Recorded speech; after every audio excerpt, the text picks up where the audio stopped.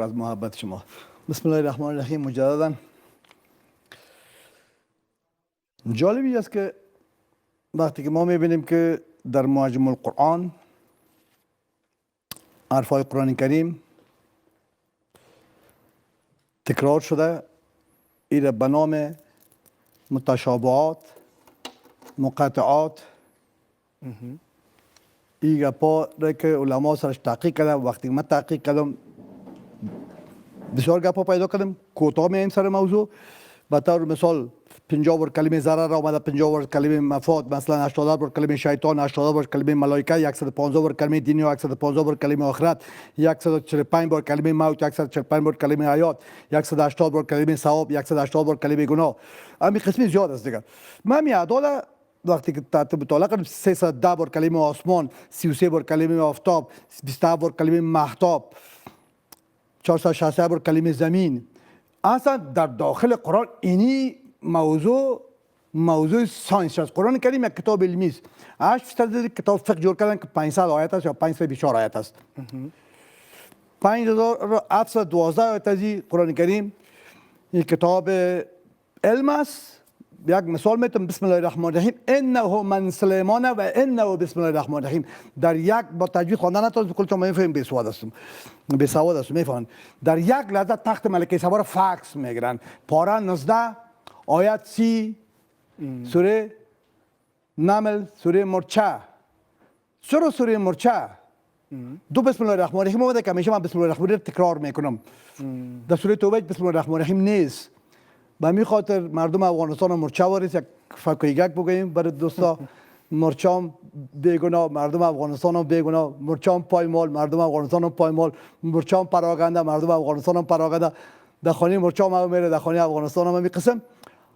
چرا؟ به خاطر کد افغانستان 93 است، سوره نمل 93 آیت داره. پس قرآن کریم با اساس کدبندی، کل آیات با اساس کدبندی من محاسبه میکنم. بسیار خوب.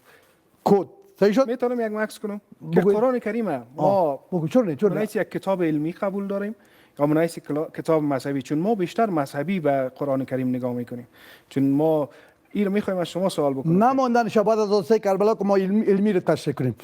گفتم بعد از حادثه کربلا نمانده شه. ما فی الارض خلیفه و سال تو از زمین آفریده و براباتی زمین.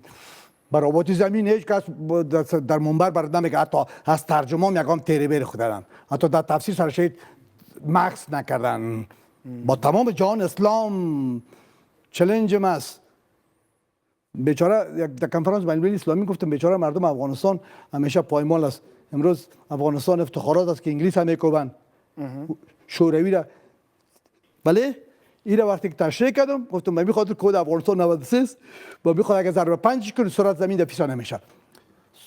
سرعت زمین مثل مرچاوری حرکت میکنه، نظر به سرعتی که در آفتاب حرکت میکنه. سوره نمل 93 ضرب 5 کنین که نمره 5 که در موبایل ماشین ثابت است 93. ما میخوایم که یک جمله بسیار کوتاه که این موضوع علمی را با سوال حل کنم. یک مثال میتونم دیگه. ما شما روز لکچر علمی است. سعی کنین استاد اینجا. بله. علمی اعداد اولیه است.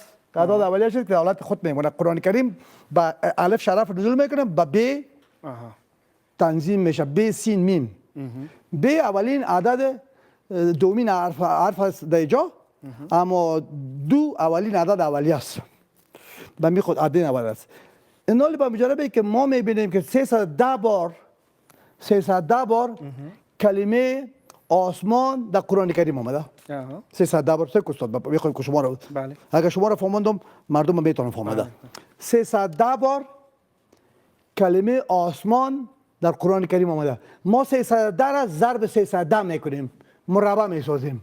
چرا؟ به خاطر که آسمان سقف است، خط نیست، سقف است. ضرب 4 میکنیم میشه. فاصله آفتاب که مهتاب از زمین میپره، فاصله مهتاب از زمین میپره، فاصله مهتاب از زمین میپره. 4 چرا؟ به خاطر خداوند جهان در 6 روز آفریده. 2 روز زمینه، 2 روز آسمانه، 2 روز بینشه. 6 روز. بله. گرفتید یک معجزه را؟ به این خاطر من یک مثال دادم که برادران میتونن در گوگل برن در گوگل برن سرچ کنند که 3,84,400 کیلومتر فاصله بین آفتاب که مهتاب و زمین است. یک مهتاب مثال میتونم یک بله. ایده که وقتی 300 داره مربع میسازن، بله. بعد ضرب 4 میکنن، امی عدد میته که فاصله مهتاب و زمین میتن. یک 300 در ضرب 3 کن تقسیم 2 سرعت زمین میشه. سرعت زمین وقتی 300 در ضرب 3 کنی تقسیم 5 آیتای سوره نمل مرچه میشه. بفرمایید سوالتون. افغان صاحب خب اینا رو تشریح کنم براتون. بله. تشکر میکنم. من خاطر ما شما را خصوصیات اجازه کنید همین کنفرانس های ما ببینید ویدیوهای براتون که این کنفرانس برای مردم تشریح میکنم. خصوصیات نظم کائنات بر مبنای اعداد و ارقام قرآن کریم. این را در پیش دفتر ما در چهارراه زندق است. این را که وقتی کنفرانس میگن حجم زمین اجازه است علمی است دیگه گفتم. میگن حجم زمین به میلیارد میگم تریلیون که کردم مردم های بیچاره مکتب نخونده 1083 میلیارد و 210 میلیون کیلومتر مکعب حجم زمین است. تراشش میکنند. خب مساحت زمین ما 510 میلیون و 72 هزار کیلومتر مربع است. این میره اینا توسط فرمول کار میکنند 2 پای آر یا 4 پای آر مکعب بر 3 در حالی که این کره نیست.